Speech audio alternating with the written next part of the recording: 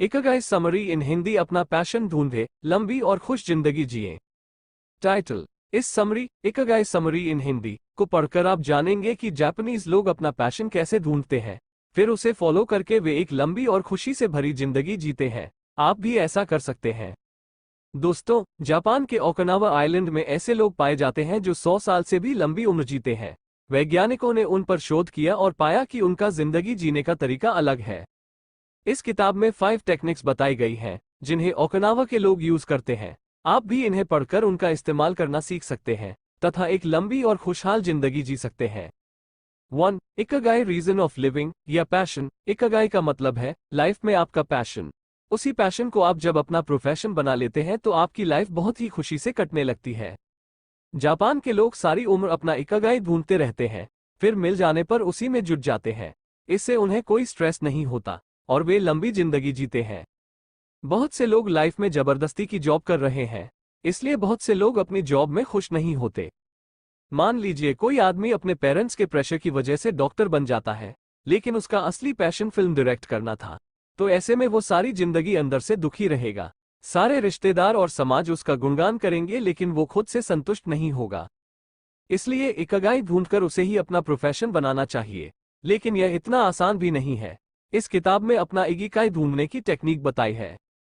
इसके 4 स्टेप्स हैं। What you love. सबसे पहले ये देखें कि आप किस चीज से प्यार करते हैं। ऐसा कौन सा काम है जिसे करते हुए आप घंटों बिता सकते हैं। उसे करने में आपको बहुत मजा आता है और आपको टाइम का पता भी नहीं चलता। ये कुछ भी हो सकता है, गार्डनिंग, पेंटिंग, घर की सफाई, बच्चों को पढ़ना, कुकिंग, फोटोग्राफी, घूमना, कोडिंग आदि। What are you good at. आप कौन सा काम बहुत अच्छे से कर सकते हैं। दूसरे स्टेप में ये देखिए कि ऐसा कौन सा काम है जिसे आप बहुत अच्छे से कर लेते हैं, जिसमें आप बहुत निपुण हो। क्या आप बहुत अच्छी चाय बना लेते हो, अच्छी सलाह देते हो, अच्छा मजाक कर लेते हो। ये बिल्कुल मायने नहीं रखता कि काम कितना छोटा है, बस ये देखिए आप एक्सपर्ट किस चीज में हो। What the world needs. इसके बाद ये देखिए कि लोगों को किस चीज की जरूरत है। लोग आपको नहीं बता सकते, क्योंकि बहुत बार हमें ही पता नहीं होता कि हमें क्या चाहिए। इसका पता आपको खुद लगाना होगा, और यही सबसे मुश्किल काम है। हो सकता है किसी बिल्डिंग के लोगों को अच्छी चाय या खाना नहीं मिलता हो, किसी को एक नए ऐप से फायदा मिल सकता हो, कोई स्ट्रेस में जी रहा हो और उसे कोई अच्छी सलाह देने वाला चाहिए हो। स्टीव जॉब को लगा था कि लोगों को गाने सुनने के लिए एक अनोखा इंस्ट्रूमेंट चाहिए, और आईपॉड का जन्म हुआ। What you can be paid for. Book Ikigai summary इन हिंदी। चौथे स्टेप में ये पता लगाइए कि ऐसा कौन सा काम है जिसके लिए लोग आपको पैसे देने के लिए तैयार होंगे। तो दोस्तों, इन स्टेप्स का इस्तेमाल करके आप अपना इकिगाई, पैशन या रीजन ऑफ लिविंग ढूंढ सकते हैं। फिर वैसा ही प्रोफेशन चुनिए, इससे आप खुश भी रहेंगे और लंबी उम्र भी जी पाएंगे। 2. फ्लो। वक्त आसानी से काटे। दोस्तों, अगर आप अपने हाथ को आग के ऊपर रखोगे तो आपको 1 मिनट भी घंटे जैसा लगेगा, लेकिन आप अपने क्रश या लवर के साथ बैठोगे तो घंटे भी मिनटों की तरह लगेंगे। बहुत सारे वक्त के पल भर में ही बीत जाने को ही फ्लो कहा गया है। इसका मतलब है आप ऐसा प्रोफेशन चुने जिसमें आपको वक्त का पता ही न चले और मजा भी आए। आपको अपना काम बोझ नहीं लगेगा, यही आपका इकिगाई होगा। इसके विपरीत, अगर आप अपनी पसंद का काम नहीं कर पाएंगे तो आपको टाइम नहीं बीतेगा और काम आपको बोझ लगेगा। इससे आप खुश भी नहीं रह पाएंगे। जापान के लोग जब अपना इकिगाई ढूंढ लेते हैं तो उसमें डूब जाते हैं। कोई झाड़ू भी लगाएगा तो इतनी शिद्दत से लगाएगा कि अपने काम को देखकर वो खुद ही खुश हो जाएगा और देखने वाला भी उसकी तारीफ करेगा। सब्जी उगाने वाला भी अपने काम को इतने प्यार से करता है कि वो सिर्फ बेस्ट सब्जियां उगाकर लोगों को देता है। यही सीक्रेट जापान को एक सुपर पावर भी बनाता है, क्योंकि वहां का हर व्यक्ति अपने पैशन को प्रोफेशन बनाता है, जबरदस्ती का कोई काम नहीं करता। इससे हर नागरिक अपना बेस्ट से बेस्ट प्रोडक्ट देता है। 3. हारा हचीबू। कम खाना। तीसरी जापानीज तकनीक का नाम है हारा हचीबू। इसका मतलब है कि खाना उतना ही खाना चाहिए जिससे आपका पेट 80% भर जाए। जापान के लोग कभी भी ओवरईटिंग नहीं करते, इसलिए वहां जरा भी ओबेसिटी नहीं है। वे लोग स्लिम, ट्रिम और स्वस्थ रहते हैं। कम खाने से उनकी डाइजेस्टिव पावर बढ़ जाती है, जिससे वे भोजन को अच्छे से पचा लेते हैं। इसके साथ ही वे ऐसी डाइट लेते हैं जिसमें एंटीऑक्सीडेंट बहुत ज्यादा होते हैं। एंटीऑक्सीडेंट का बहुत बड़ा सोर्स ग्रीन टी है।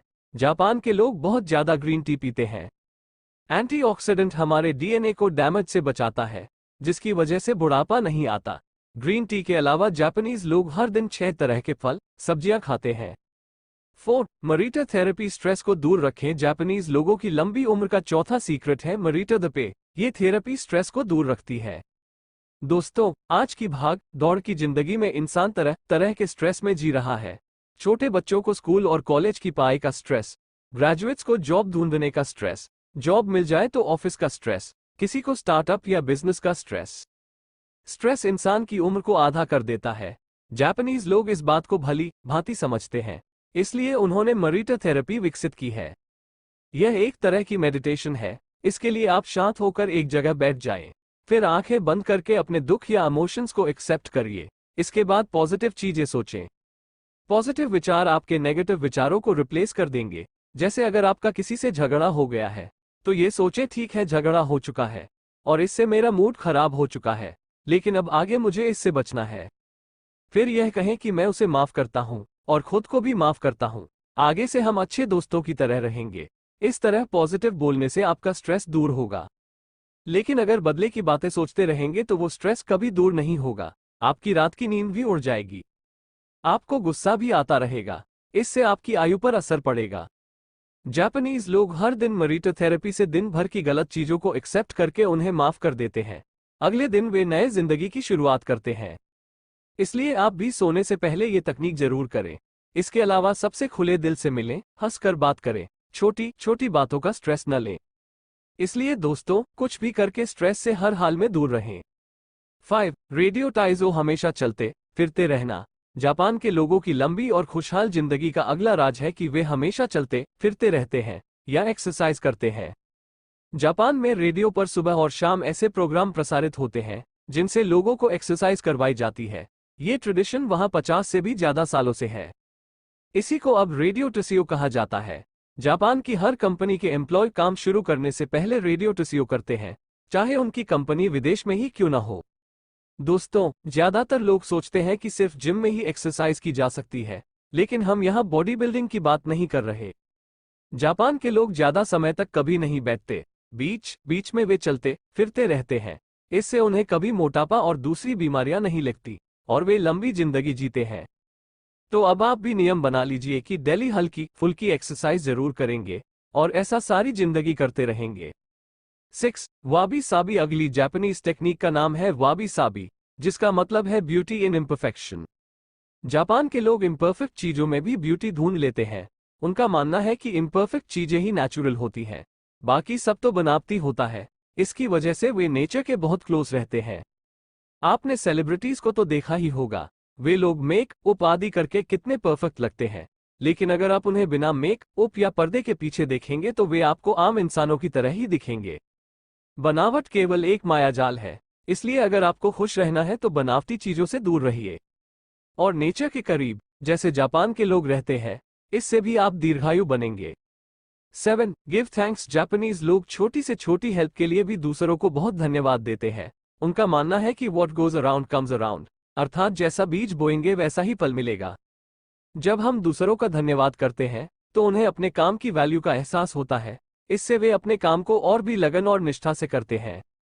इसके अलावा सामने वाला खुश भी हो जाता है और खुशी बांटने से बढ़ती है। खुशनुमा माहौल में कभी भी स्ट्रेस या डिप्रेशन नहीं हो सकता। इसलिए धन्यवाद करना सीखिए, लोगों का भी और नेचर का भी, जिसने हमें भोजन, पानी और ऑक्सीजन आदि हर चीज दी है। समाप्त। अब आपको जापान के लोगों की जिंदगी के सीक्रेट पता चल गए हैं। आप भी इन्हें फॉलो करिए, इससे आपकी जिंदगी भी खुशहाल और लंबी हो जाएगी। कृपया इस वीडियो को अपने दोस्तों के साथ शेयर करें ताकि वे भी डे टू डे के स्ट्रेस से उबर पाएं और खुश रहें।